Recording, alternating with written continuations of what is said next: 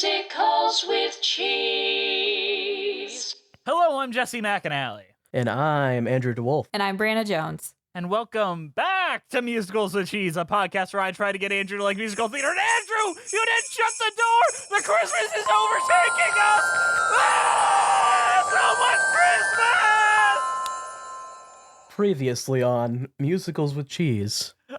Welcome back to our Rankin Bass discussion, and we're just gonna dive right in and pick right back up where we left off last time. And if you haven't watched or listened to the last episode, go do that right now, because this won't make sense. There's so many plot details that we have to go into. It's all a cohesive universe. It's like the Marvel cinematic, Rankin Bass cinematic universe, honestly. It needs its own name, really. RBCU. The RBCU.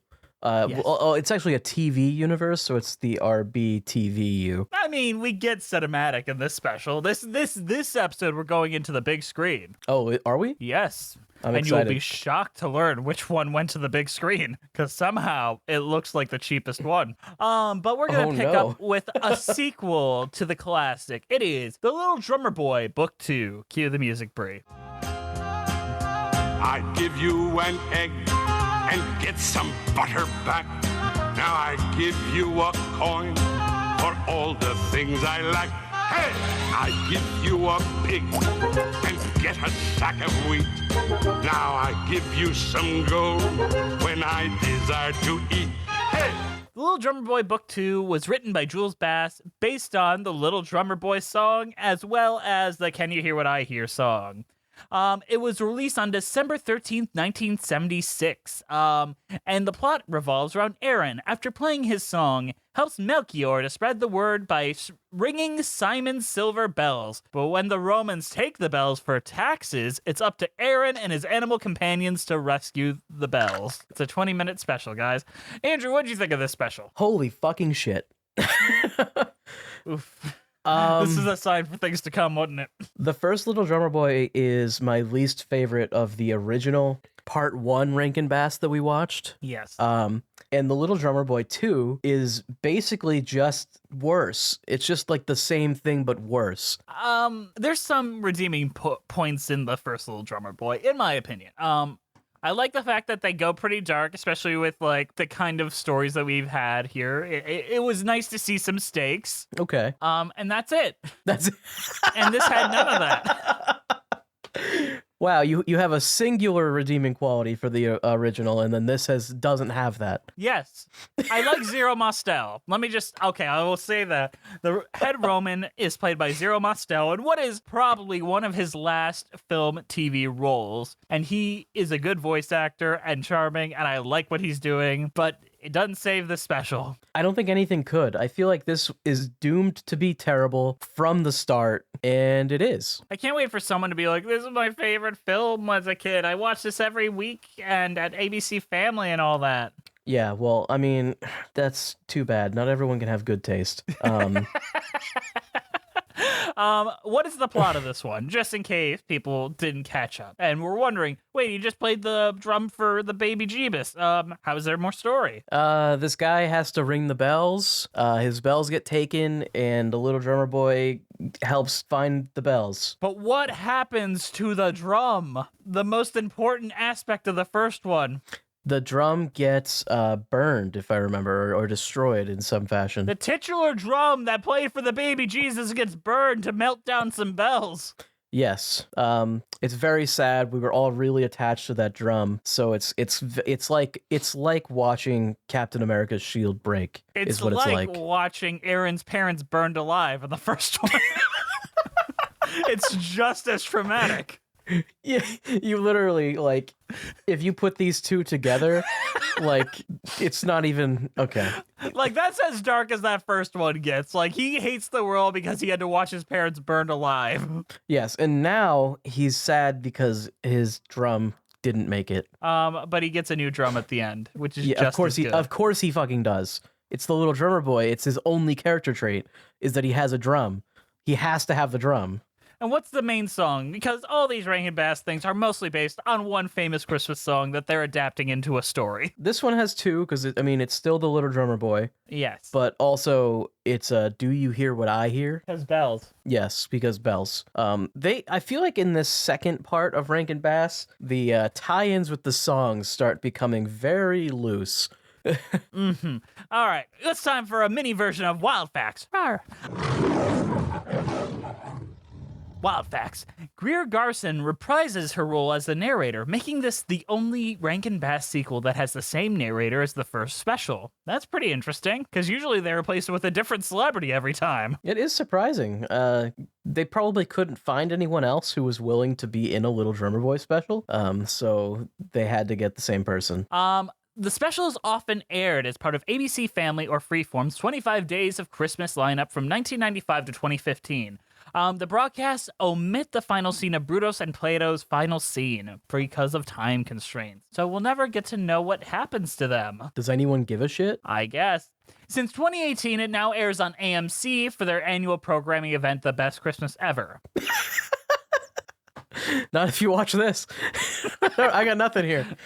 This is just it's not good. There's not many wild facts about this one. It doesn't even have its own Wikipedia page. It has No a one gives a subsection of the original Little Drummer Boy Specials Wikipedia page. Nobody gives made a a fuck sequel. about the Little Drummer Boy book 2. No one cares. Because Zero Mostel is in it, and he's great. But, and it's probably one of his last roles. Well, let's that's compare too our bad. opinions to those of the folks on Letterboxd.com. What did you pull up for us this time, Bree? It's time for previews. It's time for previews. All right, I just want to restate that, Andrew, you have 9 points, and Jess, you have 10. Oh, I'm man, gonna it's a kick close your one. ass, bitch. Oh, All right, shit. so Andrew, I'm going to let you go first. Okay. All right. The camel looks like a malnourished, deep-fried turkey. I love stop-motion animation. All true facts. They do say they love it, but I feel like it's got to be sarcastic. I'm going to go with 1 because I can't imagine anyone liking this. That's a 1 star. Hey, we're tied now. Oof. All right. Fun fact. This was Greer Garson's second to last television appearance, the last one being on 1980 episode of The Love Boat. Garson's was one people that was a part of the BBC's experiment television broadcast in the early 1930s. That was a mouthful to read. That sounds like a 1 star. That's a 5 star. That's a wild fact disguised as a preview. Yeah. That's more wild than any of the actual wild facts. All right, Andrew. This one says heavy on the Zero Mostel. 5 stars.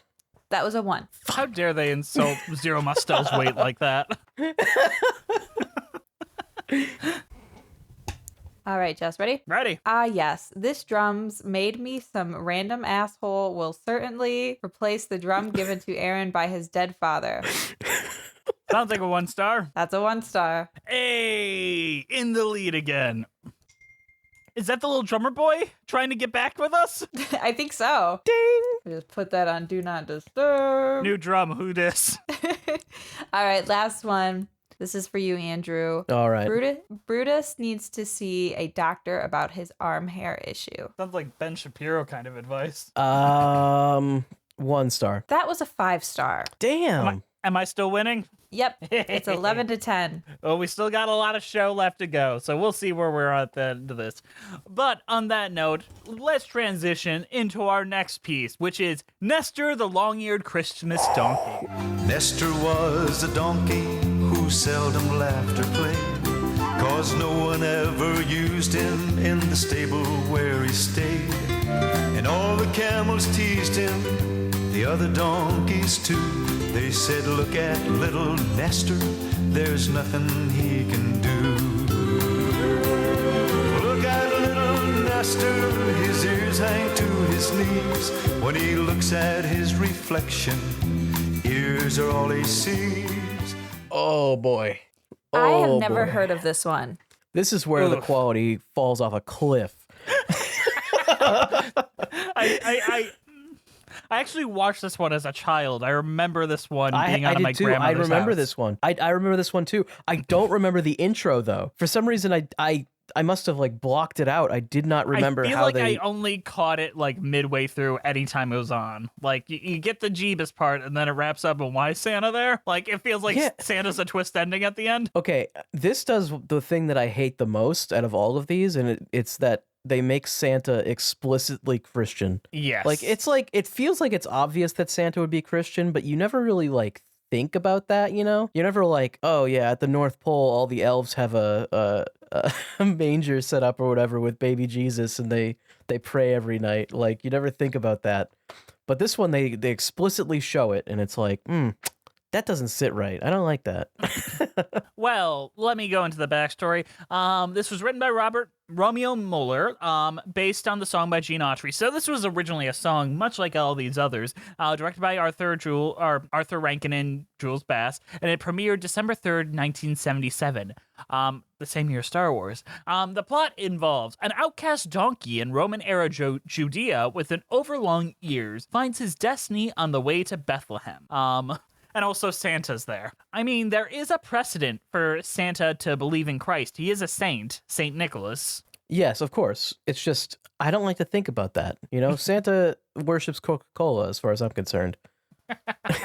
My favorite part of the Tim Allen Santa Clauses show is they're trying to justify the Christ side of Christmas in it. They practice magic like daily. It says in the Bible that they are going to hell. Is it magic or is it the same kind of magic that Jesus did when he made water into wine? Well, in which case Santa is another apostle, not apostle. What do they call them? Like a Moses type, you know? Prophet. Prophet. That's what it is. Yes. Santa is a prophet. Or was he martyred at all? Was Saint Nicholas ever martyred? What is the Bree? Look up Why what does he Saint live on the Nicholas North was Pole? in Christianity. Is it just because it's cold? Maybe he was exiled. Ooh, super. It's like a Palace of Justice kind of thing for Superman, where he just has to be there because that's where his we powers need to talk are, about the donkey. We need to talk about the donkey. Yes. We don't have a What ton of is- time. What is the plot of Nestor the Long-Eared Christmas Donkey?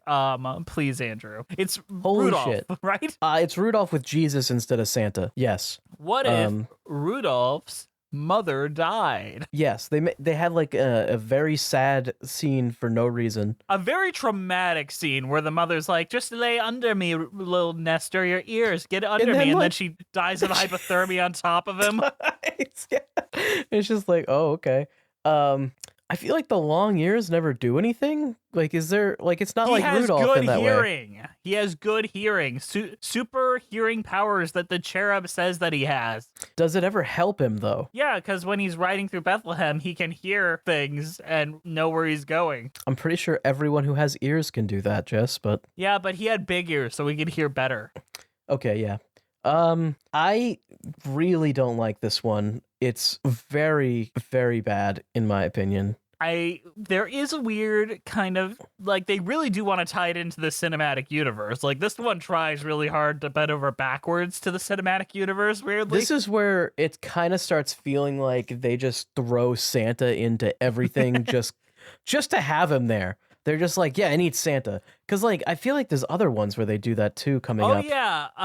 yeah, the Santa Ex Machina is literally a note I wrote down. Yeah, it's just, Santa needs to show up in all of these. And I feel like they lost their way, you know? Like, they started trying to just cash in. Maybe if they And- listened with their extra sensitive ears, they'd know the right way. Just like That's true. Nestor. What is it with Christmas donkeys? Can I just throw that out there, Are too? you gonna bring up Dominic, our old buddy Dominic the Dominic? donkey? Like, why is there a subgenre of Christmas donkeys? That's a good question. Bree, did you figure out what Saint Nick did to become sainted? Okay, so according to Wikipedia, he was known as Saint Nicholas of Myra, also known as Nicholas of Bari, was an early Christian bishop of Greek descent. Let's see. Because of the many miracles attributed to his intercession, he is also known as Nicholas the Wonder Worker. Saint Nicholas is the patron saint of sailors, merchants, archers, thieves, children, brewers, pawnbrokers, unmarried people, and students in various cities and countries around Europe. His reputation evolved among the pious as was common for early Christian saints. So he was just boring. And then we're like, you know what, this boring saint, why don't we just make him the one that delivers all these toys during this pagan holiday? So I guess his legendary habit of secret gift giving gave rise to traditional model of Santa Claus. Sure, Jan. Whatever you say, Wikipedia. That's boring. I thought there'd be something cool like, oh, one time he made a deer fly by chucking it into the air. That wouldn't be cool, Jess. That deer would die. Yeah, but it would look like it was flying for a brief moment. Jess has it out for all deer, remember? Yeah, That's true. One tried to fucking kill him. Bambi's dad tried to kill me. Yeah. All right, do we have any wild facts for Nestor the long-eared donkey? We do have some wild facts. We literally have 2 wild facts. Wild facts! Rawr. Jingle bells and jangle bells from The Year Without a Santa Claus can be seen at Santa's workshop in the opening scene. Also, the Rudolph model from Rudolph's Shiny New Year was reused and seen in that scene. Pretty interesting. Impressive. They Tying it into reused continuity. models. Okay. How dare they? It's all continuity. It's not laziness. They are trying to tie into the Marvel Cinematic Universe. They're not reusing assets. Yes. They're not working actors out of their contract. They are just tying it into the continuity. Absolutely. I agree. Our next wild fact. Taryn Davis, who voices Mary, was also the voice of Dolly in Rudolph the Red-Nosed Reindeer. So the implication now is that the Dolly in Rudolph the Red-Nosed Reindeer, her actual misfitness was that she is the reincarnated soul of Mother Mary. Nobody wants that. Jesus is coming back as a misfit toy. Yeah, he's Charlie in the box. No Okay. one wants a Joshua in the box. Was there anything of value from Nestor the Long-Eared Christmas Donkey? I say there's one thing, and that is the ridiculous narrator who during some traumatic ass shit is like, Nestor was a donkey, and he had these real long ears. And it's like his mother died. Nestor's mom was dead, but he was really sad. I guess in like an ironic sense, Yes. that's funny. I was laughing very hard at that. But look, I'm trying to take these movies very seriously at face value. As the Christian work they are. Yes. And quite frankly, they're very bad and blasphemous. No, but honestly, I just hate I just hate this one. The donkey's cute. I will say the design of the donkey is very cute. Redeeming quality, actually, here's one. Yeah. Here's one redeeming quality because we're about to hit the shit here. This one's only 20 minutes. You are right. Hard to fight against that. Let's move on to our next. Oh, wait, no. Let's move on to Bree Views, of course. Of course. What we got, Bree? Of course. Okay, so we have a couple here. Jess, you're up first. Get demolished, you stupid donkey. I wrote this one. That was me. I feel like it's being ironic. Maybe 5 stars? Yes, 5 stars. Hey! Never mind. was I God definitely writing that did one. not write that one then. That was Jesus. Like, get demolished, you stupid donkey. 5 stars. Now a drummer right, boy's Andrew. coming after me. In all caps, the mom dies? Fucking 1 star. 1 star that is shit. 1 star. Nobody wants to see that. It's a fucking Christmas family special. Yeah, 20 that's minutes weird. long, you're gonna kill the fucking mom off? People watch the nightmare fuel that is the Polar Express every year. I think they can handle a little mom death. I mean, the mother basically does die in Polar Express, let's be real. What? Yikes. The house gets hit by a train. I mean, I don't know what to tell you. A real Anna Karenina ending for the mom. That's a literary joke for you kids. All right, Brie, what we got? All right, this one's for you, Jess. It says, it's a Dumbo and Rudolph mashup. That sounds like a 1 star. That was a 5 star. Shit! Ooh. All right, Andrew. Virgin, Nestor, Chad, Rudolph. That angel, a freak, though. All true facts. Fucking 1 star for Virgin Nestor. And that's a 5 star. That's a... All right, last one, Jess. Someone get my boy Nestor a claw clip. That would have literally solved Tie that everything. shit back. Give him a little ponytail or a donkey tail. That sounds like a 5-star. That was a 1-star. Shit. Aw. All right, what's the score? Right now it is 11 Andrew, 12 Jess. All right, let's move on to the next one, which is Rudolph and Frosty's Christmas in July. Cue the music, Brie. Christmas in July seems early for a holly holiday in this world of hurly-burly. We need it every day. Rudolph and Frosty's Christmas in July was written by Romeo Muller and based on Frosty the Snowman and Rudolph the Red-Nosed Reindeer in their respective universe. It was directed by Arthur Rankin Jr. and Jules Bass. It debuted in a limited theatrical engagement in July of 1979, the only one of these to be released in movie theaters. The plot is the Winterbolt is trying to make North Pole his evil wonderland, and it is up to Frosty the Snowman, Rudolph the Red-Nosed Reindeer, and other icons to stop him. Oof. Oh my god. This is Feature the length. Avengers. This is the Avengers of Rankin Bass. Yes, it is. This is what we were all building to. It is sadly not the best one of what we've watched, I don't think. No. It's still Not the worst, pretty though. bad. It's not the worst. It's not as bad as a Nestor, although it is much longer than Nestor, which is kind of a downside. I actually think I like this better than Rudolph's Shiny New Year. I can see that. In fact, I feel like this should have been what came out instead of Rudolph's Shiny New Year. This is like a better cap off, you know? Well, you need your Iron Man 2 before you can do the Avengers. Because You Frosty don't also need had Iron Man Frosty 2. Frosty's Winter Wonderland. We got to set up them kids and that wife that he plowed some kids into. Pun intended. That's a good one. Fuck you. Holy shit. So Rudolph and Frosty Christmas in July. Yes. It is the Rankin Bass movie. Legitimately. It was released in theaters. It's the Rankin Bass movie. Yes.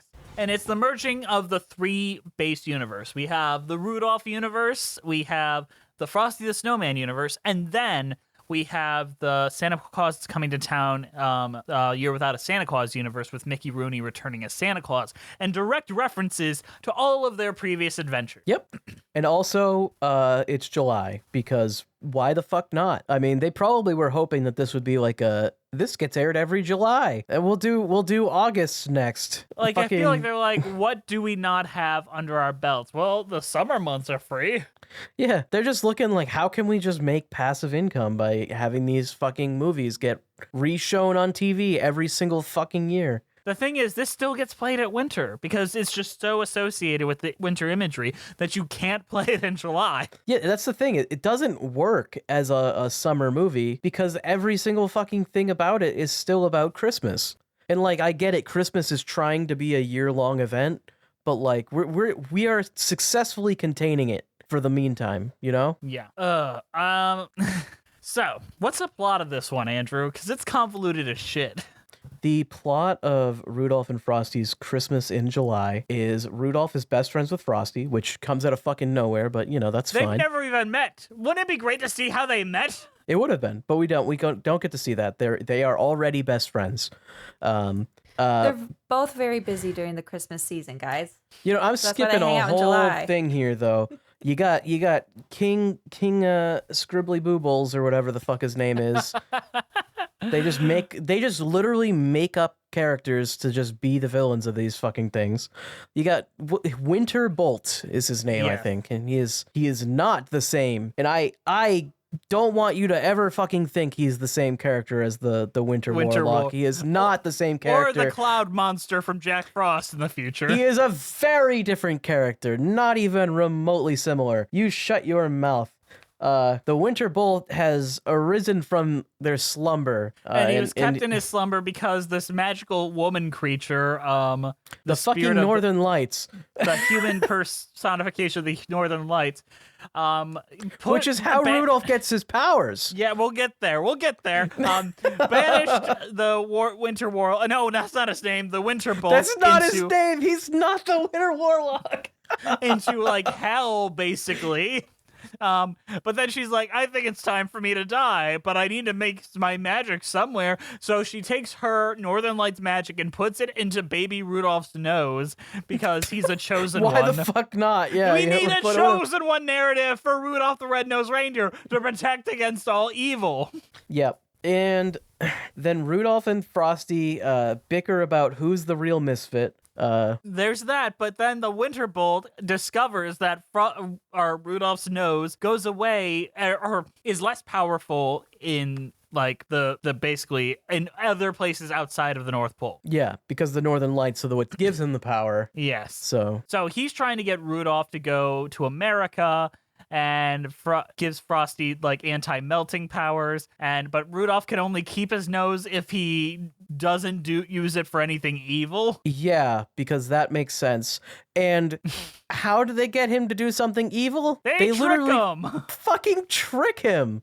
Like, what moral standard are we going by here? Like, he is tricked into stealing money by the most annoying fucking character I've ever seen in one of these things. That's saying a lot. That fucking reindeer with the buck teeth. It's like, what the fuck? And Rudolph is tricked into stealing and giving the money to somebody else, which that whole fucking thing is fucking wild. The cops don't help him, don't help he steals from the circus or whatever, right? Yeah. He steals from the circus that he went to, that he was doing like a Christmas in July performance. It's all fucking convoluted as hell. And he's tricked into stealing money from the circus and giving it to somebody who wants to buy the circus. And the police... Dressed as a police officer. Yes. And the police won't help the circus lady get the money back until Rudolph confesses to doing it. But everyone knows that Rudolph did it. Everyone knows Rudolph did it, though, regardless of whether or not he confesses. Why doesn't he get arrested? You can't. He's not a real human. Can you really arrest a deer? You can put him down. No. And then Santa needs to come and pick up Frosty because if Frosty's only alive until the last firework goes, and then they put Santa in like this weird time vortex in the sky so he can't get there. So Rudolph isn't allowed to tell on himself because if he tells on himself, then Frosty and his children will all die. But then Frosty and all of his ultimate wisdom just gives his magic hat away to this warlock creature. The Winter Bolt like warlock is able to literally just control people's thoughts. He can just give characters ideas. It's like, how do you fail? But did you fuck up so bad? The other thing is we set up in Frosty's Winter Wonderland where he gets this wife that he plowed all these children into that he doesn't need the hat anymore. Yeah, they fucking set that up and now he still needs the hat. And the Winter Bolt guy is like, I'm gonna make copies of the hat and make a snowman army of Frosty the Snowman. That's at least an idea. It's at least something. But, like, could we have at least seen that? Well, imagine if Rudolph has to come back and fight a snow army of Frosties. Nothing. We got nothing. And oh my god. The way that they, like, and this is the second time they've done this, they, like, I guess they haven't, like, deified it, but they've, like, mythologized American, like, lore so much in these specials. Back in the, and I didn't really talk about it that much, but back in the Rudolph Shiny New Year, where the entire year of 1776 was just America. And then in this, now the Winter Bolt's spell is about the fireworks of the 4th of July. It's like FFFF or some shit. And it's like the final firework of the 4th of July. And it's like, why not just give a time, you know? I wish, like, all these MacGuffins, all these basic ideas, this lore that we're setting up makes no sense. And I had always thought that this would tie into the Shining New Year plot, or at least there'd be something that requires the Shining New Year plot as a kid, because it's the same Rudolph. Does it? The whale, right? Isn't he in this? Yes, you're right. Fuck, it is. One minor character that helps out for 5 seconds. And all he does is he goes to South America and gets Jack Frost, because Jack Frost is also in this. He's the Spider-Man of this series, where we set him up in a bunch of mini-series, and then he has his own movie at the end. Yeah. And it's not good. He's set up in the Frosty Winter Wonderland, then he's set up in this, and then he gets his movie a little further down. I do want to bring up one thing, and this is something that bothered literally only me. We don't usually talk about individual songs here, but this bothered me a lot. They literally just rip off a song in this from Hello Dolly. What song? There's a song from Hello Dolly called Before the Parade Passes By. It's this upbeat song, and it ends Act 1. Incredible number. And in Rudolph and Frosty's Christmas in July, they have a song called Don't Let the Parade Pass You By, and I just really want to play them next to each other for you guys, just to make sure I'm not going crazy. So this is what Rudolph and Frosty are claiming is a song, all right? Don't let the parade pass you by. Live living it up till you die. Always be hep and keep in step with the times that change, and change your life when it needs rearranging. You gotta believe in your gut. You'll never get caught in a rut. Don't be afraid. You got it made. If you don't let the parade pass you by. Okay, you get a general vibe of how this song goes. There's not much variation here. And then we got this one by the same actress. All of those lights over there seem to be telling me where I'm going. When the whistles blow and the cymbals crash and the sparklers light the sky, I'm gonna raise the roof, I'm gonna carry on. Give me an old trombone, give me an old baton before the parade passes by. Same actress, too. It's a reference for sure. I think it's just a ripoff. It's both, Jess. It's You can't... It's a homage. It's not an homage. It sounds the same. Jess is so mad about this. I don't know why. It is the same song. It is the same song. And no one else is bringing this up. No review I see is bringing this up. But it literally had me fuming angry sitting there. And I love me some Ethel Merman. But I'm like, Don't you can't let the just parade copy. pass you by. Before the parade passes by. I'm so fucking angry right now. And no one's bringing it up. I've never heard that. I've never heard other people being like, remember when Rankin Bass just ripped off fucking Jerry Herman? So, you've never heard that because no one gives a fuck about this movie. That is probably the most fair. Like, they watch it on ABC Family, Freeform, AMC, wherever the fuck this show's on. If they do that. I mean, they watch it, they're like, oh, that's that, and then they move on with their lives. Unlike us, who do 2 full podcast episodes on this. Yeah, because we are sadists. Are we ready for some wild facts? Rar? I'm ready for some wild facts, Rar. After debuting through a limited theatrical engagement in July of 1979, the film made its televised premiere on ABC on November 25th of the same year. It was re-aired on the Disney Channel from the 1990s from 1998 to 2017. It aired annually on Freeform, and now it is currently part of AMC because all of the Rankin Bass specials have split their copyrights from the first half to the second half. Literally, the way we split up our episodes are the way the copyright is broken up in Rankin Bass. I did not plan that, but it is a fun thing to notice. I was just going to ask, did you fucking plan that? No. Next wild fact, rar. Clarice, Rudolph's girlfriend from the original Rudolph special, makes a brief cameo in the flashback to this backstory. She, along with Father Time from Rudolph's Shiny New Year, can also be seen in autographed photos that fall off the wall during the No Bed of Roses song. Oddly, no other character created from the original Rudolph special, aside from Rudolph's mother and Mrs. Donner, appears in the film. Why do you think they didn't include Hermie and Cornelius and Burl Ives Snowman? They were saving them. Okay. All right. They were saving them for a very special event, Jess. If you say so. You know what I'm talking about.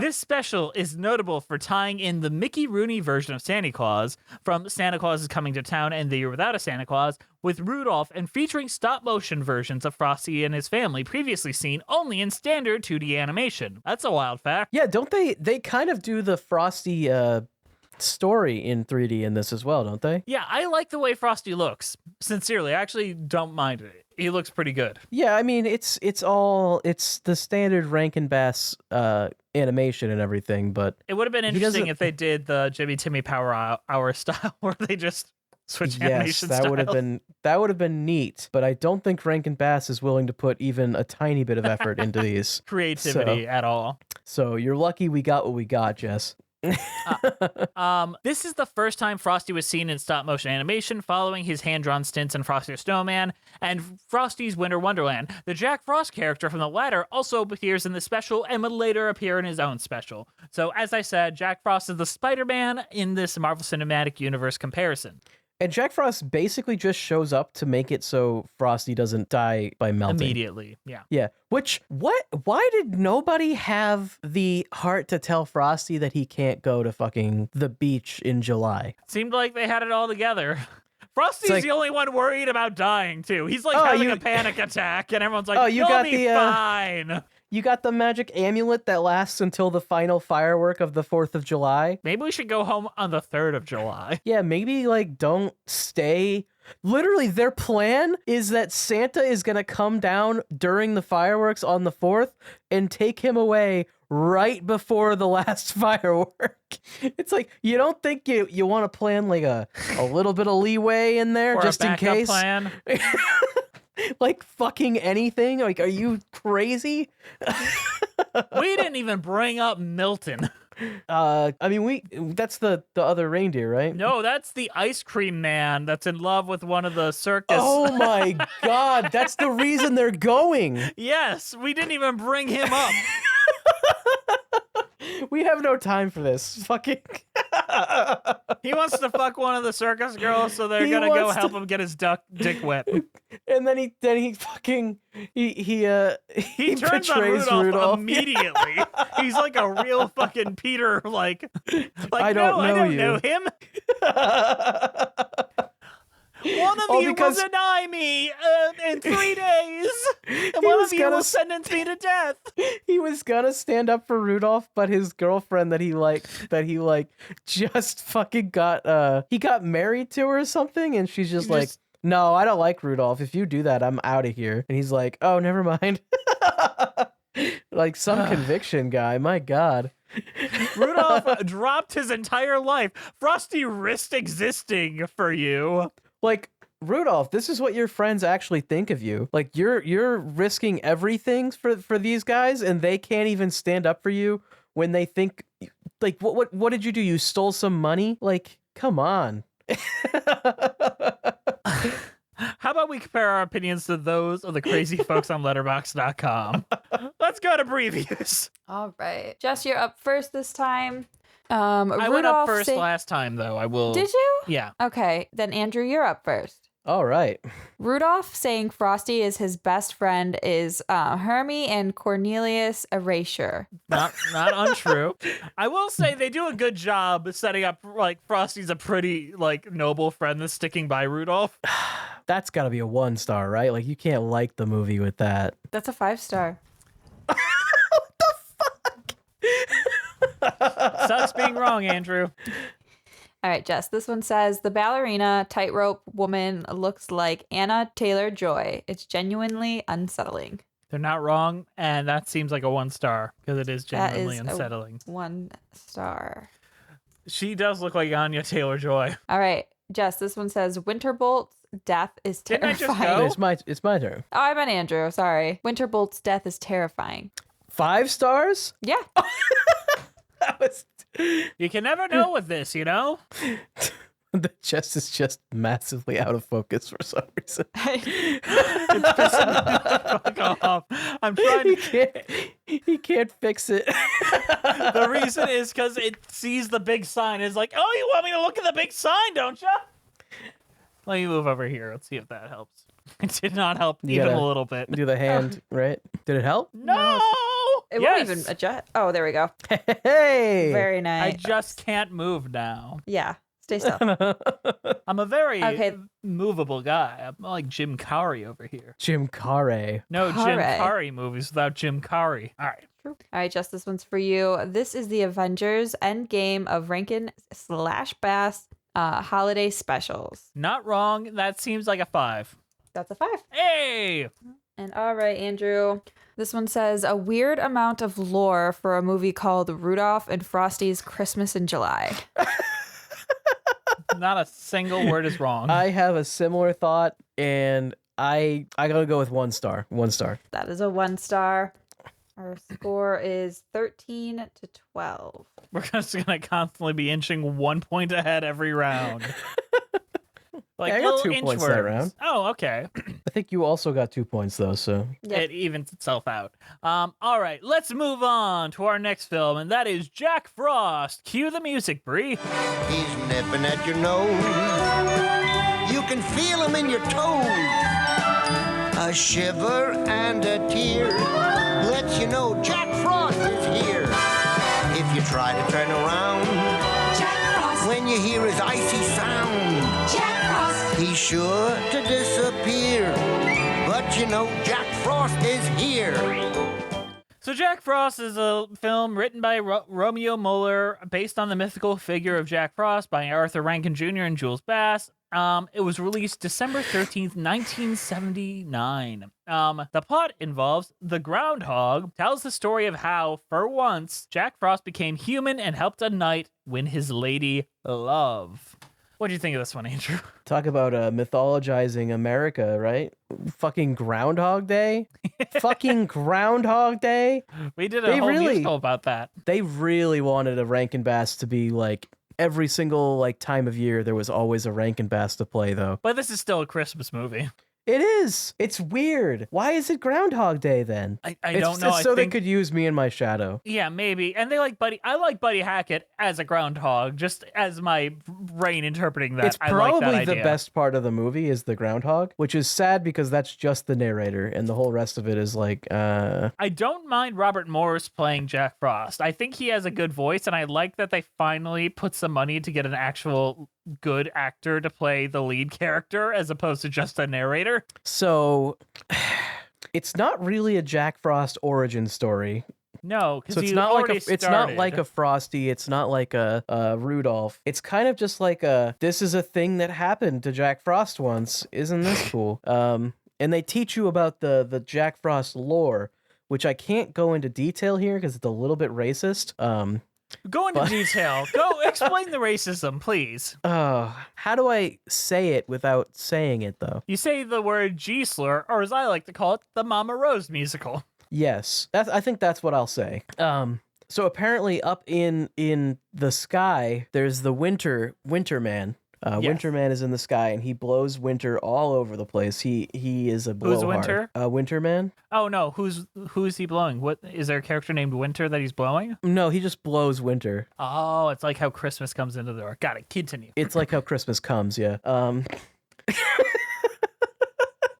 Sorry.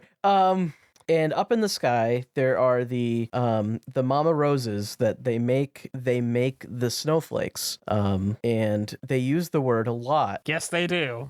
Like a lot. And I think Rankin Bass is under the impression that word is similar to like fairy or like Cherub. like- I know they use like cherub, cherub. specifically in Nestor. like do they think that the Mama Rose word is a mythical creature?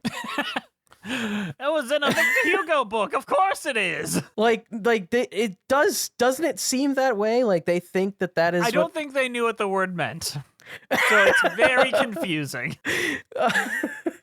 because the way they use it is very clearly like they think it means fairy or fae or like something like that. And it doesn't. It just doesn't.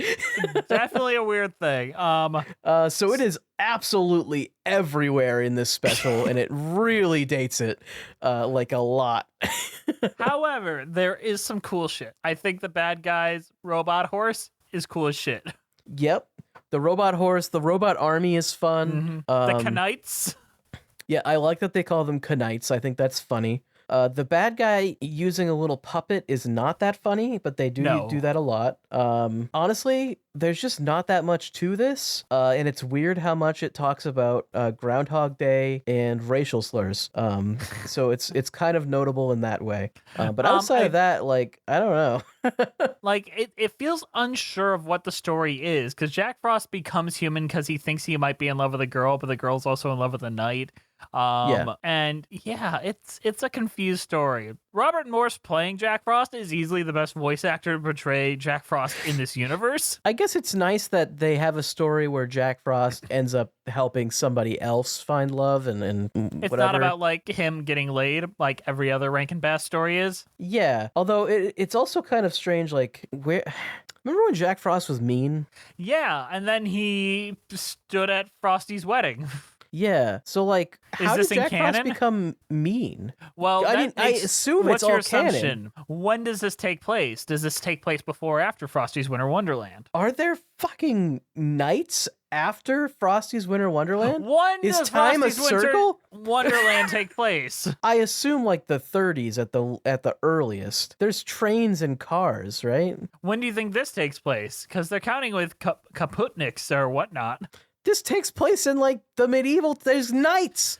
He There's became normal- an incel normal after knights. he got cucked by a knight, and he became bitter and angry. Yeah, he must have. Even though it's not really implied that he is upset about it, but I guess he is. He found the alt-right on the internet. If you're alive for that long, it's eventual, like, you're gonna find the alt-right. find fucking 4chan or Kiwi Farms or something. I was cucked by a Chad Knight.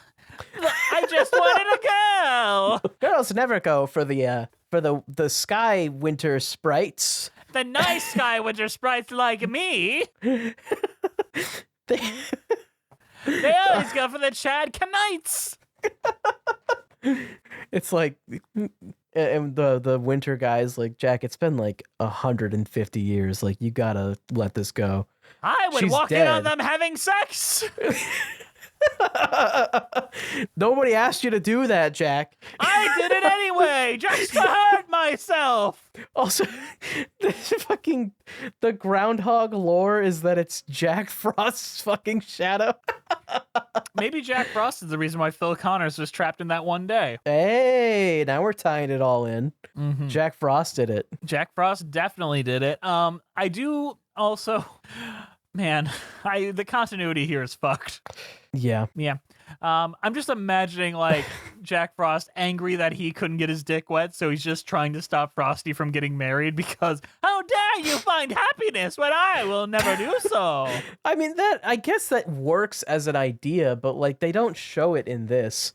So the continuity's all fucked. Like, obviously as a concept, like, yes, the events of this could have made him bitter, but it's not shown that way. So not even remotely. On that note, the only wild fact is this is his third appearance in the Rankin Bass universe. Whoop-de-doo. Third appearance, and this is his actual movie. You'd think it would have come the other way, but nope. Nope. Sadly, the only one coming the other way is Winter. But on that note, Bree, do we got some reviews here? Yes, we do. All right. Okay.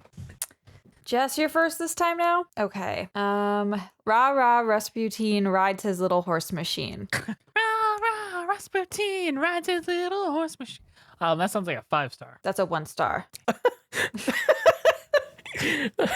The guy does look like Rasputin, though. Yeah. All right, Andrew, this one says that's ... That's not how economics work. Oh, and you're the expert? Let me guess, you took a beginner economics and now you're the expert? Ha!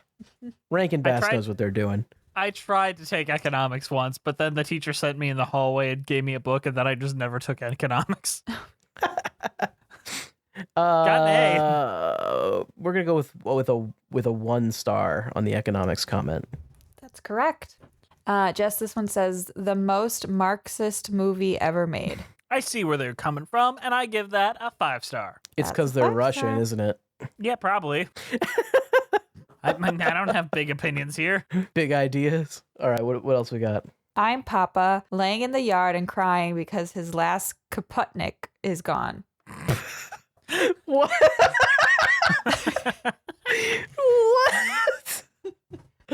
My last fucking, Kaputnik. fucking 5 stars. That's a 5-star. Yeah. Got the fucking Kaputnik. All right, this is the last one, Jess. To the person who suggested the family duck be the one to tell everyone that Alicia has been kidnapped, I salute you.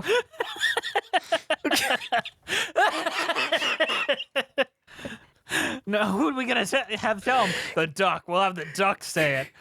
That's a 5. Yes. Hey, The fucking duck. we didn't even bring up the duck. I forgot about the duck.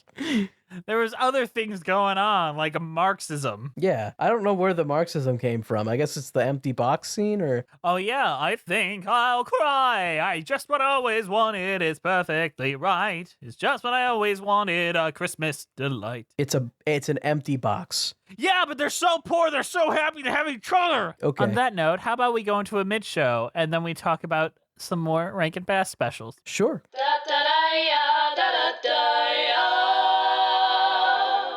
Musicals with cheese. Hey guys, sorry to interrupt you in the middle of the show, but we've got a shill at you. Today's show is brought to you by the extremely kind donations by our donors over at Patreon. And Patreon's this wonderful place where you can get a bunch of cool content. You can also watch us do these episodes live. You can get an extra podcast with me and Liz Eston. You can get so many other fun things, and you're missing out if you're not there. We also have a bunch of merch, brand new Christmas merch. Get it for the holiday season. Get it for your loved ones. Put it on your back. Take some nudes in it. Who cares? Our branding goes everywhere. Our current patrons are Melissa Goldman, Danielle Renix, Jess Stampede, and Cassidy, Monica Thoreau, Mina Maniri, Brown Black, Nathaniel Stacey Boom, Joseph Evans Green, Mary Lou Choquette, John Vanels, Ross Walker, Musical Hell, Kyle Summers, Jen A.C., Scootin' Technicolor, Dreamcoat, Liz Lim, Alison Starr, Nothing is Certain Except Beth and Taxes, Thespian, Ren Cullen, Raphael, Martinez Salaz, Jessica T, Mitchell Young, Chai Teacup, Kitty McDonough, Chris Marcotte, Mimu, Kichi, Marie Anastasio, Layla, RJ Norija, Charlie B, Bjorn Hermans, Erica S, Toriana Frazier, Sammy the Most Lopez, Lionel Morton, Kaylee Blazier, Birdman69, Cinemageddon Reviews, Villainous Miss, Sophiana Ali, The Omega Geek, Paige Pearson, Maddie Wargle, Elisa Erdman, Anna Loskatova, Cheska Viray, Sarah Den Blekier, Evan Bell, Zachary Torres, Gathering Party Before Venturing Forth, and Rora Morasso. These folks give us a little extra financial support that helps us keep the lights on here at Musicals with Cheese and keep re-employed. If you would like to support us, come join us over there. Also, we're going to get some new incentives in 2023 that I think are going to be really exciting, and those who join in 2022 will be given a head start on them. So get excited, join us on Patreon, and you can paint the way that we're going to look in 2023. Let's get back to the show.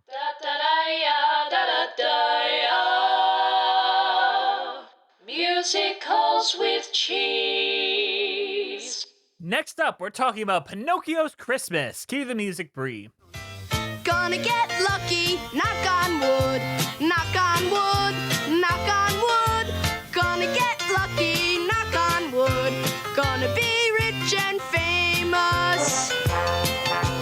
I'm gonna buy my daddy lots of Christmas cheer. A brand new coat and a walking cane. I'll buy him a new career. Pinocchio's Christmas is a film written by Romeo Muller based on The Adventures of Pinocchio by Carlo Collodi, directed by Arthur Rankin Jr. and Jules Bass, and it was released December 3rd, 1980, and was arguably the last original Rankin Bass production. The plot is, it's Pinocchio's first Christmas, and he sells the book Geppetto gives him for present money, but Cat and Fox trick him out of it. Andrew? Yeah, they make it a Christmas special, but this is just Pinocchio. I mean, it's kind like he doesn't become a real boy at the end or anything like that. Sure, but like it's just Pinocchio. He's not even in the mafia. This is maybe the worst version of Pinocchio to exist. There's a lot of versions though. Have you seen the Robert Zemeckis one on Disney Plus? He didn't play with feces in this one. Okay, yeah, you're right. This might be the second worst Pinocchio version to Have exist. you seen the Pauly Shore one? Father, how can I... This might be the second worst Pinocchio special to exist. Really? You'd put this below the Pauly Shore one? That one looks fucking hilarious. I hear it's mostly boring. Okay, but I mean, Father. I don't know. This one is also mostly boring, so, you know, they have that in common, I think. I honestly didn't find this that boring. I hate that they have him be a living log. That's from the books, though. I don't really care. Every good adaptation of Pinocchio removes that. And they should. It's an interesting take. I do appreciate that we start like kind of with Pinocchio already existing as a critter, and we kind of flash back to the origin story as opposed to like just getting it all and it happens to be around Christmas, which is what I was expecting. Did I imagine it, or does Santa show up at the end? No, he is the Santa Ex Machina to make it all tied together in the Rankin Bass cinematic universe. I fucking hate it. It's complete. The whole special, this is completely unfucking related. Completely unrelated. And then, boom, Santa. Santa at the end, just, damn, there he is. Showed up to save the day. And also, Pinocchio has a scene where he teaches the toys to dance, and he has like a anachronistic dancing monologue. Yes. Now, in the previous episode, I pitched that the Iona Misfit toys, they were misfits because they could talk. I feel like I threw that out as an option because none of the other toys talk. But now I have been proven incorrect because Pinocchio talks. How do you know Pinocchio's not just a misfit toy? Oh, fuck. Is that really his big thing in the end? Is he's just a misfit toy? Why am I such a misfit? We didn't even bring up that they played that again in the fucking Rudolph and Frosty Christmas in July. Yeah, I kind of mentioned it. Oh my goodness. Fuck. So this one's rough. It's somehow like when you hear about this, you'd imagine the animation would get better because more money, more effort. No, this is probably the worst animated out of them all. But it is a full circle of kind of thing for them because Rankin Bass in their Animagic got their start on a syndicated Pinocchio television show called The New Adventures of Pinocchio, and they produced like 130 episodes of that. So this is them returning to their roots, so to say, and was basically the last thing they did for a long time. Is that similar to the New Adventures of Winnie the Pooh? I guess, but in the 60s. Why end with this? I get that it's every artist's dream to create Pinocchio. We talked about that already. And we'll be talking about it again soon. Wink. Yes, every artist ever, including you, Jess, will eventually make Pinocchio, and it will be their final film. Kubrick, he tried, and then Spielberg finished it for him. Yeah. Yeah. Shit. So do you think Rankin Bass they made this Pinocchio and they were like, now we're done? Maybe. I mean, recently, I think Jules Bass or Arthur Rankin, can you check on that? Someone just died within the last 3 months. One of these two. And thus ends it. So I couldn't ask them. The only Pinocchio movie I could ever see myself directing is a pitch that we came up with a few episodes ago called Pinocchio in the Mafia. Because he can't die, and he's right. It's Italian. You get to keep all the basics. It's an excellent idea. I still think we should make that, like even as like a college humor, like stop motion animated it. Fine. So I watched this and Guillermo del Toro's that were Pinocchio, which we're covering again. Spoilers, whatever. Who cares? I watched them on the same day. Yes. And honestly, I think doing that made it so I can't even remember what the fuck happened in this one because it's just this one is together. It's so much worse than the other one that it's like, why bother? I think my brain. I went to sleep and my brain was like, throw that one away. And Bree, thank you. Jules Bass is the one that recently died.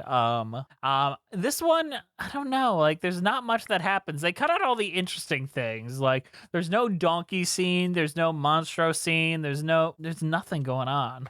The only thing that's new and interesting is that Santa shows up. But this is also new and not in any other version. Another puppet comes to life, making Pinocchio less relevant. Yeah, and just so Pinocchio can have a love interest, to be honest. He wants that wood. Yeah, so... He wants that Pinocchiosi.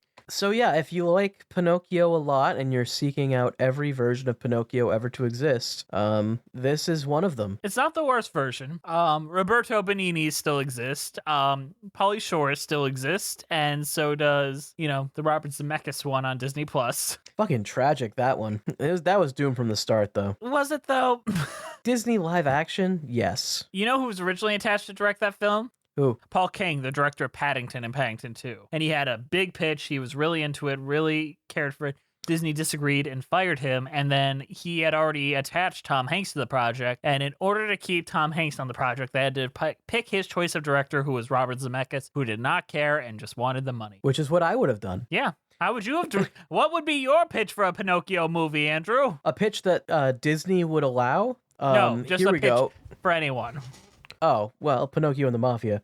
Okay, A pitch that's that it? Disney would allow, though, here's the pitch. It's Pinocchio again, but longer and worse. Ooh.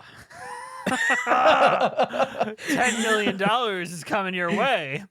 I don't understand how they continue to make the Disney live action stuff, because I think it just has a very negative connotation at this point. It's the same thing as the Disney animated sequels, straight to the DVD sequels. It ruins their brand, but they'll move on and find something new. And to ruin Do you their think film. with the new with the CEO being changed, they might stop? No, he's the one that started it. Is he the one that started it? Okay. Yeah, think about when it started. 2015 with Cinderella. Or no, even before that. Like Alice in Wonderland was the one that really kicked it off, and that made a $1 zillion.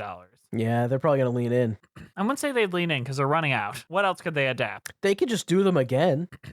What if they make them even more live action-y? Like, I don't see how they could. What would be the next step? The next step is there's no CGI at all. No, they animate the live action one, so it's a animated remake of the live action version. Oh shit! But it's a 3D animation though. It's not. But this time, even though they already had 3D animation in them, because they're not even actually live action, especially like The Lion King. Oh fuck! I already know what they're doing. It just popped in my head. I know what they're doing next. They're making What? sequels to the live action versions, like the Mufasa sequel to The Lion King, as well as the Aladdin sequel to the Aladdin live action. They're making sequels to their live action versions. This is real? Yes. Fuck me. So that is the next step. Okay, that's excellent. So and the Will Pinocchio's Smith Christmas. genie will slap Chris Rock. So Pinocchio's Christmas. We have any wild facts for this one? We already did it. We already did it. So, Bree, what is our letterbox? Jess, you're up. All right. Crazy Pinocchio's getting into trouble again. Okay, that sounds like a 5. That is a 5. Hey!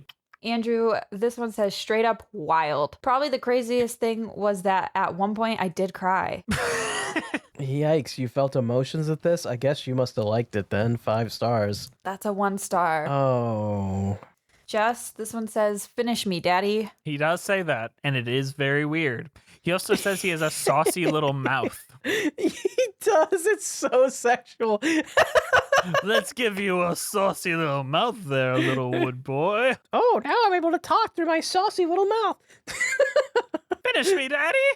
Finish me, daddy. Is that a 1 star? That's a 5 star. Okay. Andrew, this one says Pinocchio was really like, I'm gonna get me that wood girlfriend. Splinters in your dick. Like, does anyone like the... What, I say Andrew? that 5 stars. I say that, but this is a 5 star. That's a 1 star. Oh my god, I was right the first time. Jess, this one is easily my favorite Pinocchio Christmas movie. Such a common thing, so there's so many to choose from. That feels like a 1 star. That feels like a very backhanded 1 star. That's a 5 star. Fuck! So they were serious. I mean, right, Andrew. technically, yeah, it's mine too. Is it though? Is this your favorite? The Pinocchio Christmas movie? Is there another one? Does there need to be? He got me there. All right, last one, Andrew. Nothing worse than hearing Geppetto talk about Pinocchio's saucy little mouth.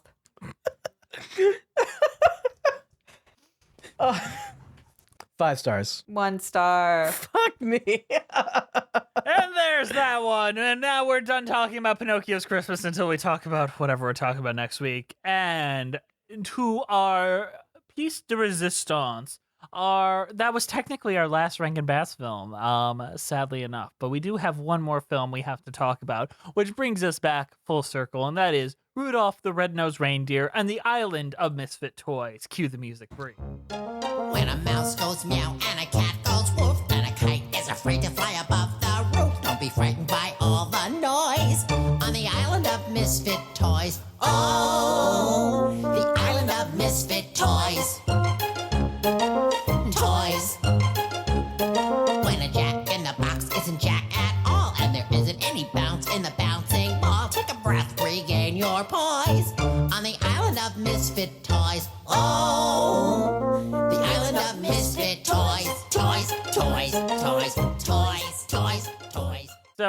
Red-Nosed Reindeer and the Island of Misfit Toys is a film written by Kevin Hopps, Michael Ashner, and Lee Tucker, based on Rudolph the Red-Nosed Reindeer by Robert L. May, directed by Bill Kowalchuk, with original music by Diana B., that is their full name on everything, so that's what they're being called, and Bruce Roberts. And it premiered October 30th, 2001, just a good couple days after a very big event. The plot revolves when the evil toy taker takes all of Santa's toys. It's up to Rudolph and his friends, Hermie, Yukon Cornelius, and the abominable soul man, Bumble, to stop him and bring Christmas to the children of the world.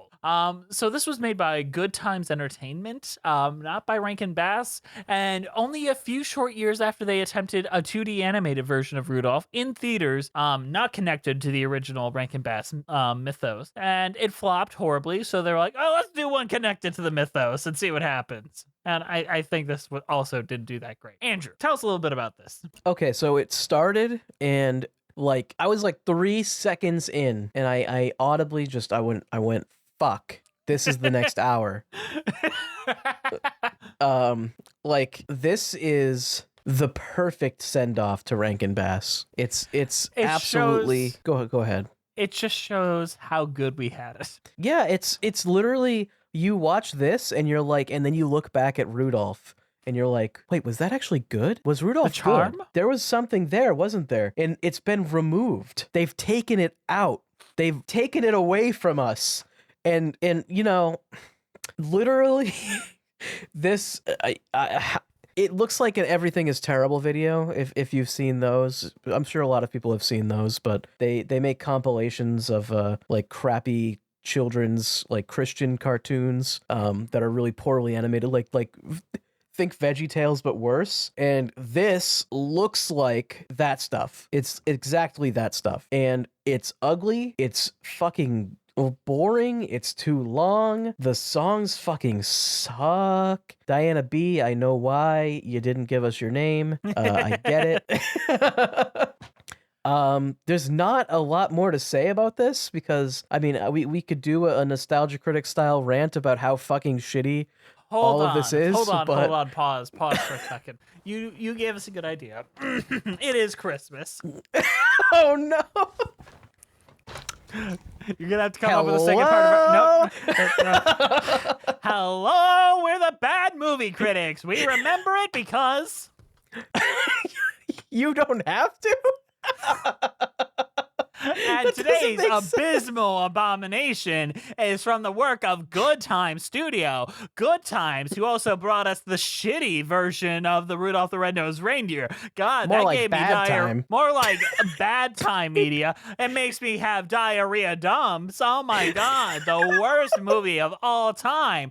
And now we've got this critical abomination, Rudolph and the Island of Misfit Toys, released in October of 2001. Probably the worst thing that happened that year. They would do it too. They make the joke.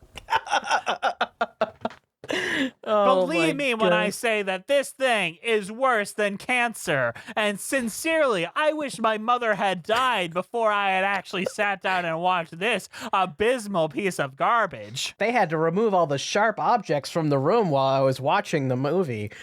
Now watch this skit about how I was removed from the room and put into a rubber room. Wow.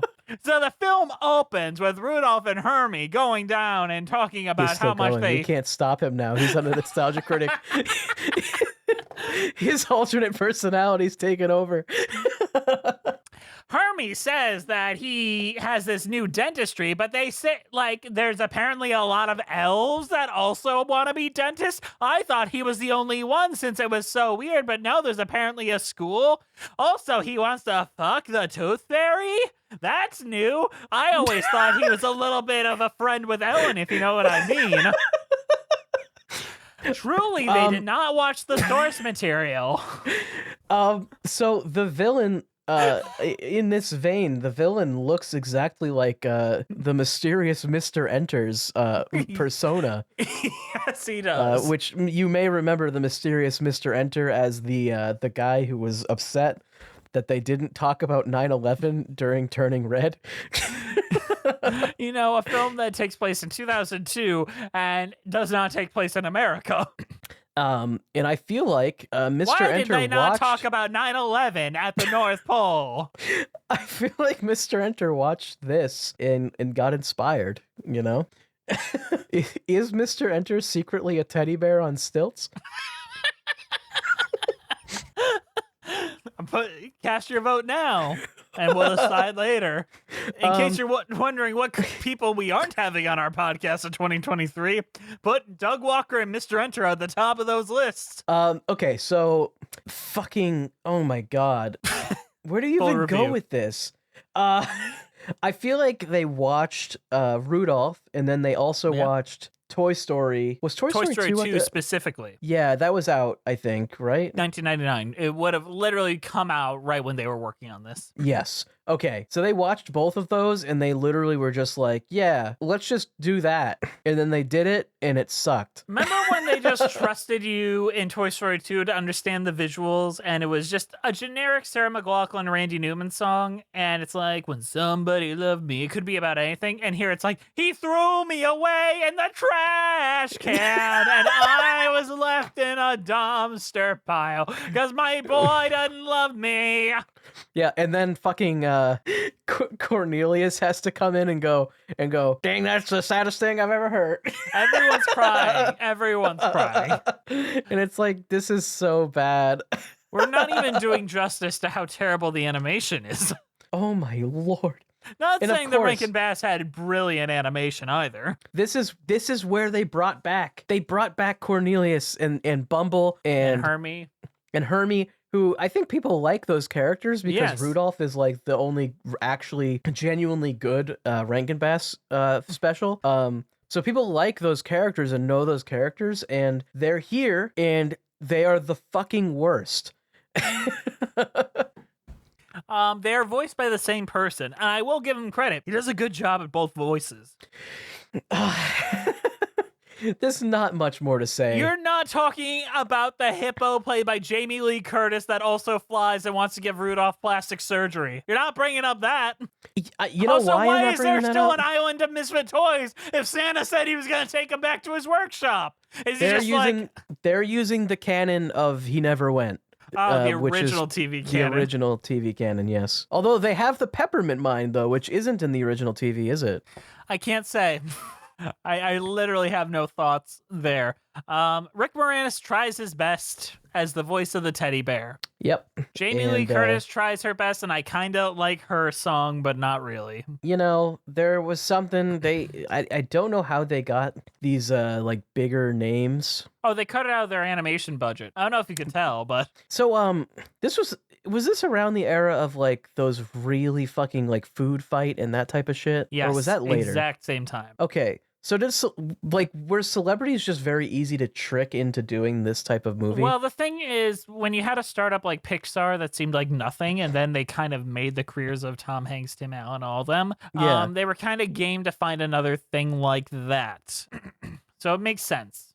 So there was a lot of like hype about animation studios, but there wasn't a lot of quality control. Right.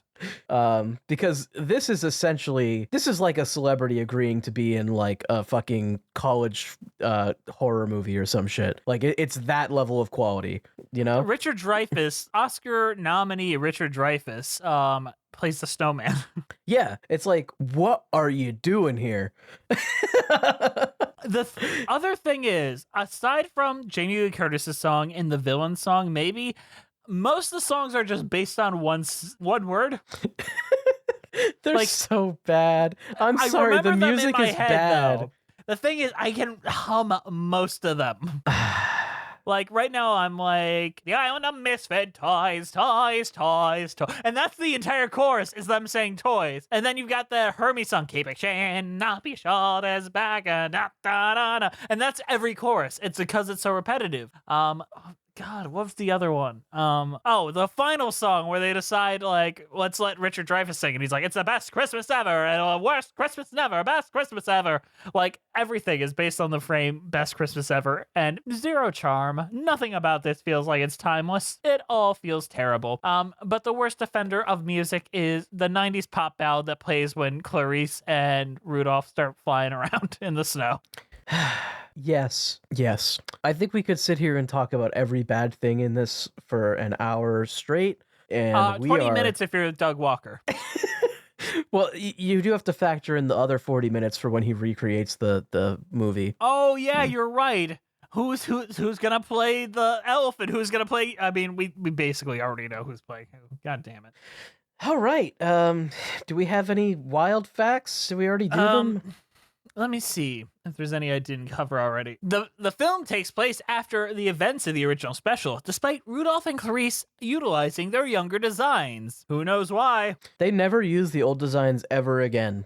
Literally, Never. they use the old designs in the Rudolph special, and then 'Cause they fit every the other time, story. yeah, every single other time, they always go back to the younger Rudolph. But also remember, it ignores the events of Rudolph's Shiny New Year and Rudolph and Frosty's Christmas in July, treating this film as a direct sequel to the original special. I wouldn't say that it ignores it, I'd say that it comes before it. And I'm going to assume at the end of this, Yukon Cornelius and Hermes the Elf died in a similar autoerotic asphyxiation accident in a Thai hotel room. 2 separate Thai hotel rooms, but they were both in Thai in a hotel room. Yeah. All right, what are the letterbox reviews, Bree? Okay, I think Jess is up first, right? Or did you go first last time? I went first last time. Yeah. Okay, Andrew, you're down by 2. Oh boy. Okay. Maybe, bitch. All right, this one says, "Aren't we all just teddy bears on stilts?" Mr. Enter is. That's like exactly okay. 5. That's a 5-star. Okay, Jess, I think the moral of this story is if Jamie Lee Curtis as a giant Russian hippo tells you to get plastic surgery, stop doing drugs. That's a good moral. I think it's a 5. That is a 5. Hey! All right, Andrew, the toy maker or toy taker, I'm so sorry. The toy taker would 100. Is that Sylvester Stallone from Spy Kids 3D? Yes. The toy taker would 100% be a Tumblr sexy man if this came out in 2013. This depends on if someone from Tumblr or someone not from Tumblr wrote this. 5. That was a 1. Fuck. I can't get these. All right, Jess, this one is MILF, hippo, and then 3 like crying emojis. Now, if my math is math and right, no matter what, Andrew can't beat me. Yes. You gotta remember the bonus question, though. Okay. I'm going to give that one a 5 because they want to fuck the hippo. That is a 5. If you get this one, Andrew, you'll tie it up. Okay, ready? I don't see how that's possible, but okay. I don't think they're math in there, Brie. Oh, my math is not mathing. Whoops. Okay, never mind. This one is just for fun. They fucked my man Yukon Cornelius shit up. Yeah, they did. 1. That's a 1. That's gotta be That's 1. a 1-star. Okay. Yukon got the character assassinated in this. Really? I feel like he's basically the same. Well, he has to appear in this fucking garbage, so. I feel like the Bumble got more character assassinated after getting his teeth ripped out without no anesthesia. He's just fine, just hanging out with the fucking dentist that did it. That's true. Bleeding onto the snow. Ah! Why? And the dentist is like mocking him too. He's like, you should look into some dentures.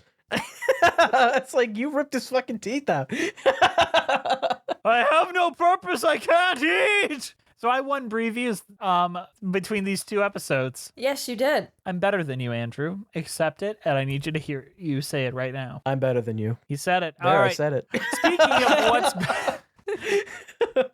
and speaking of who's better than what, it's time for our final section, where we're gonna rank these and give each one our cheese rating. And we're gonna have to move fast. So, Andrew, you have your ranking system here in the doc. Okay. I am going to go through each one and read you basically what we've covered in the last 2 episodes. You're going to give us both a cheese rating and where you'd put it on the list. Explain your ranking tier list to those who have not tuned in before. So we have 4 tiers. I like to just keep it simple with tiers. A is the best, B is the second best, C is the third best, and D is the worst. Generally speaking, if it's in A, it means that it's a high quality and I would recommend it. B is like kind of enjoy it, but like I don't know if I'd recommend it. C is like, this is bad, but not the worst. And D is generally fucking awful. Just not good in the slightest.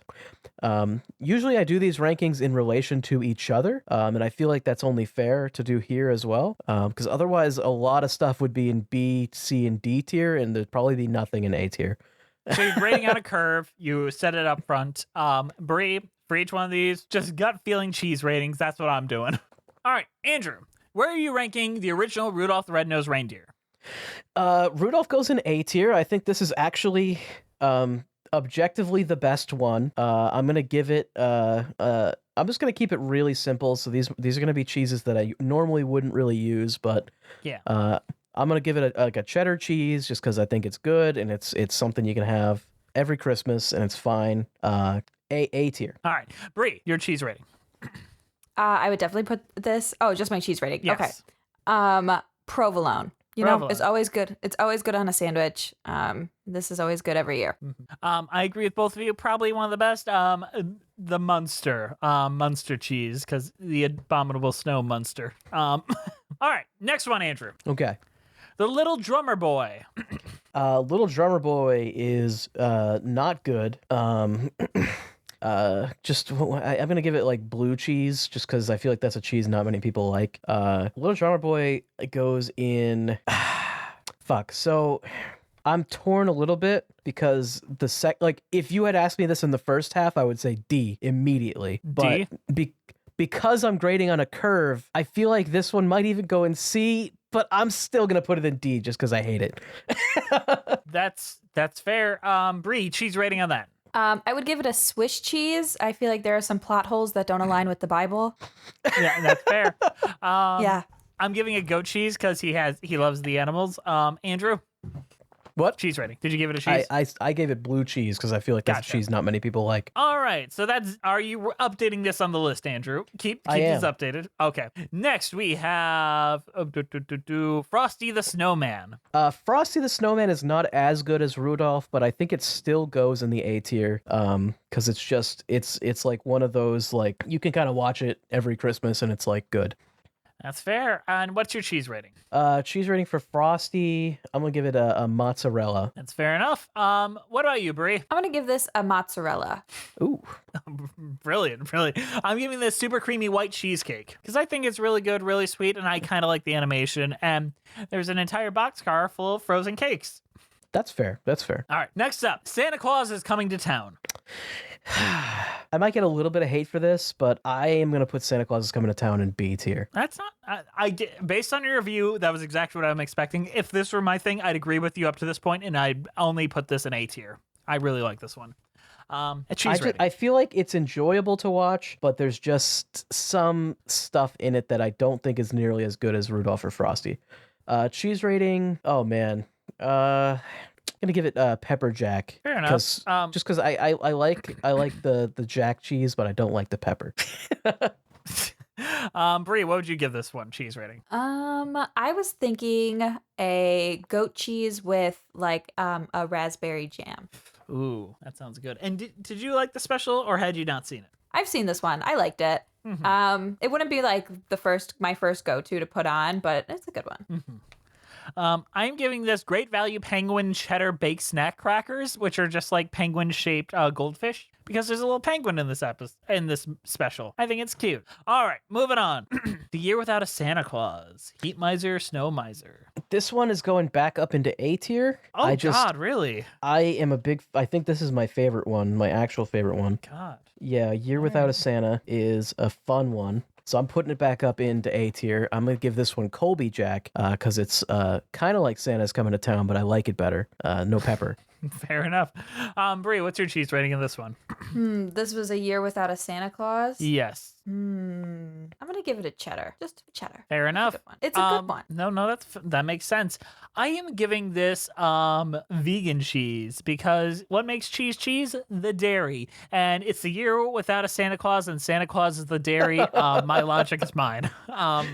I would put this in B tier if this were my tier, to be honest. You got all your Santas mixed mashed here. Santa's Coming to Town is not as good. It is. I like a good origin story, and I like Mickey Rooney as Santa, and he's got a lot more play to do there, and I don't like his old man Santa voice. I like his young man Santa voice. Either way, moving on. Frosty's Winter Wonderland. Frosty's Winter Wonderland is a I gotta go with C tier on this one. This is the definition of a C tier one. Yeah, this is not nearly as good quality as Santa's Coming to Town, but it's not as unwatchable as Little Drummer Boy. And I'm glad I put Little Drummer Boy in D because I can't put this on the same level. That's fair. As far as a cheese goes, oh man, when you do bad ones, I have trouble picking cheese because it's like, what cheese is bad? There's no bad cheeses, you know.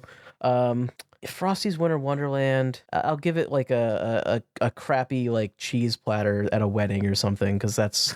Yeah. That's fair. Bree, what about you? I think I'm going to give this a queso. Like, I don't always put it on my burrito, but sometimes I will. Sometimes I'll watch this. No, that's perfectly fine. I am giving it frozen white cheddar.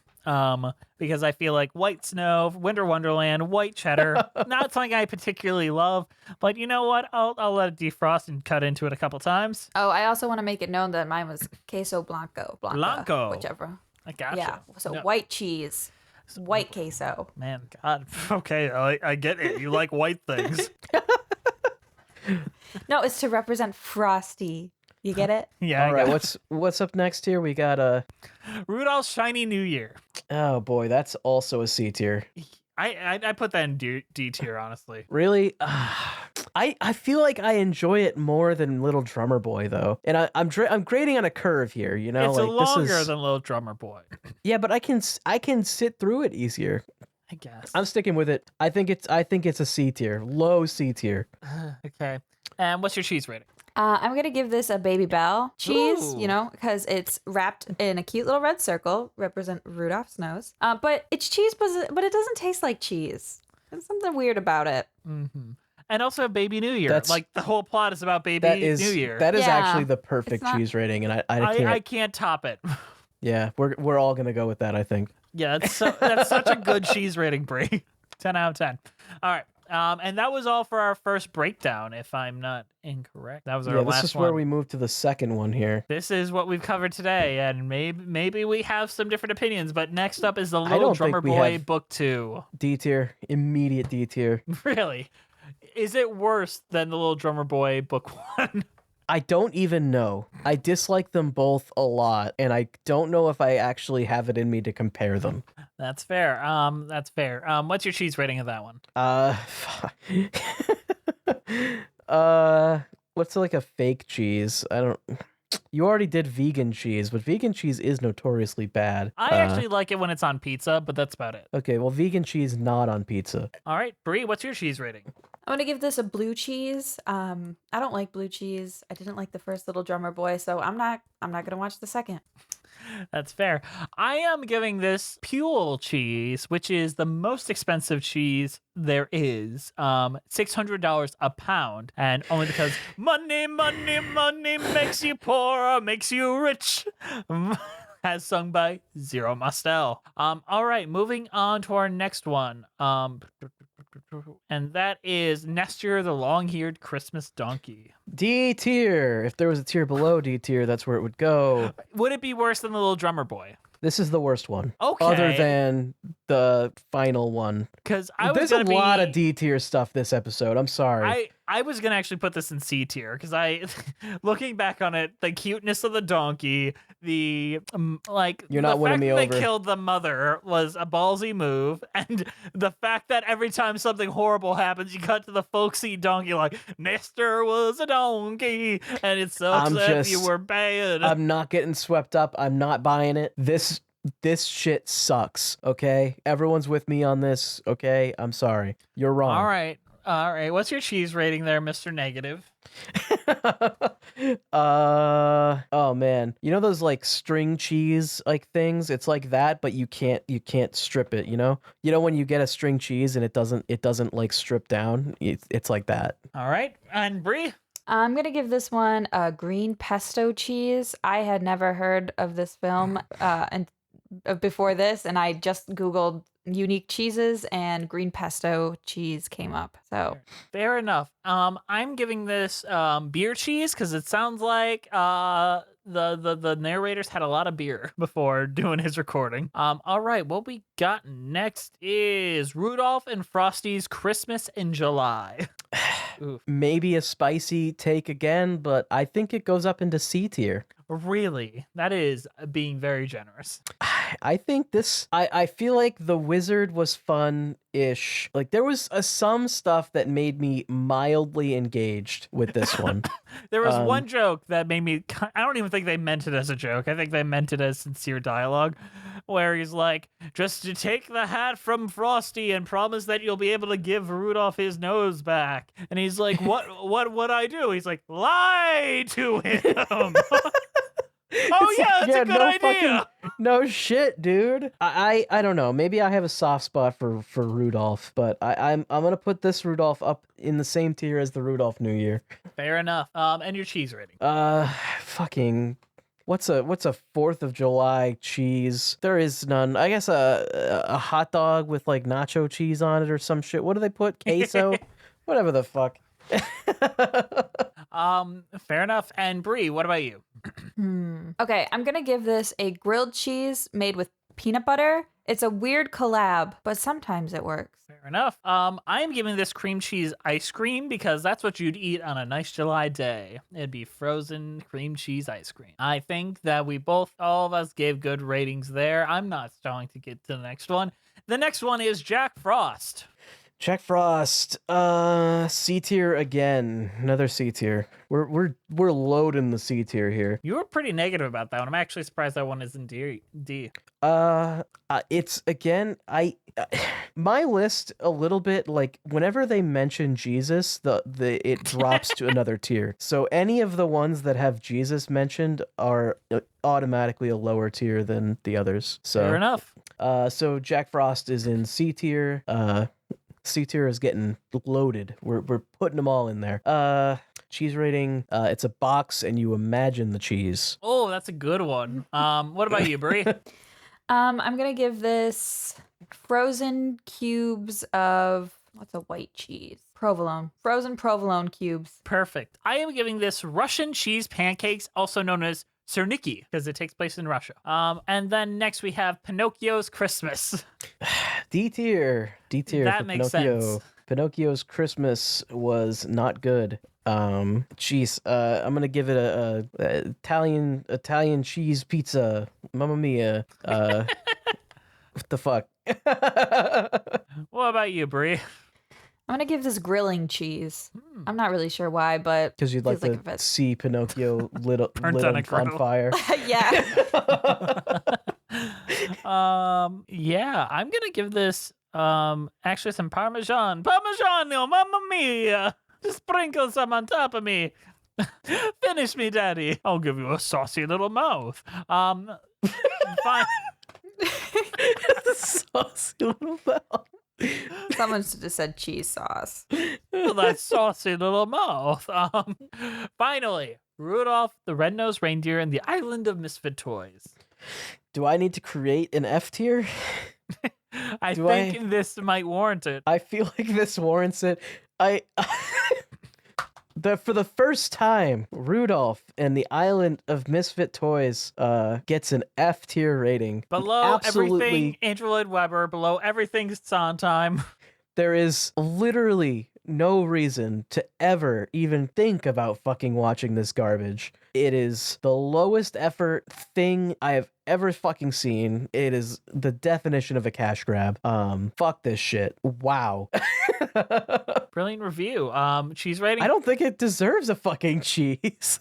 Are we gonna justify it with a fucking cheese rating? I have a cheese rating. And Okay, that what's is yours? a rotating PNG of a piece of cheese. Yeah. It gets cheese.gif or GIF. And do you disagree, Brie, or are we gonna share that one? I don't disagree. That's a good one. Fuck this. Fuck Rudolph and the Island of Misfit Toys. This one was actually like, you know, when people complain about terrible movies, like this is what they should be talking about. This 2001 Mr. era Enter, animation. Doug Walker. Get on it. I'm sure they've already done it. Although, never mind. They like to talk about movies that are like whatever, and then bitch the whole fucking time. This is the worst film I've ever seen. Turning Red has no cohesion. Literally, 9/11 they're watching. not even brought up. They're watching like Moana or some shit, and they're like, I can't even believe that. Blah, blah, blah, blah, Why blah. doesn't the ocean talk? Imagine how great it would be if the ocean talked. It's like, have you guys seen a bad movie before? Have you watched like some garbage before? Like, get out of here. Have you guys watched We Will Rock You? They have not. There's no way they could make it through We Will Rock You. No, that might be. It's getting a revival on the West End. Somebody pay for our plane tickets. We'll go see.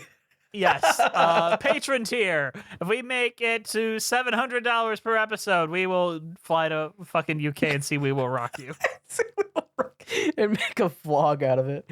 All right. Yeah, we will. It would be like our Broadway Con vlog, except better because we're seeing We Will Rock You. On that note, thank you guys for listening. Please follow us on iTunes, Spotify, Stitcher, and Musicals for Cheese. We're on Twitter at Cheesy Musicals, Patreon Musicals Cheese, Instagram Musicals Cheese, YouTube page Musicals for Cheese. We have a Patreon-only podcast called Patreon with Cheese. Email us at musicaltheaterlists@gmail.com or Keeper the Cheese is Juliet Antonio. This show is produced by the incredible, the wonderful Brianna Jones.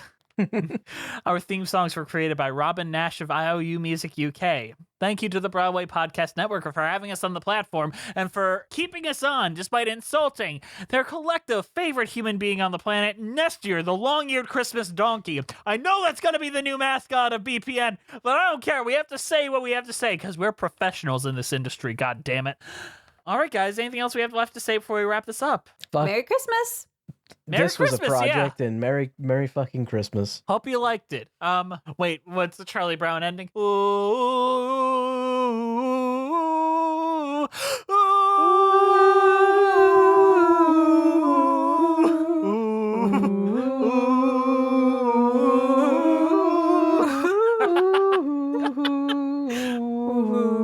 My favorite part of that is they've cut out the part where the first thing that comes up on screen when they start singing like the Martha, whatever song, is brought to you by the folks that bottle your Coca-Cola products.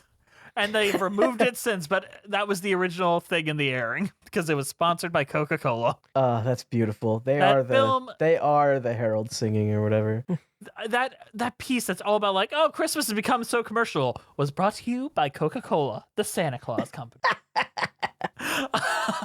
On that note, we'll see you next time on Musicals with Cheese, and have a happy and safe holiday.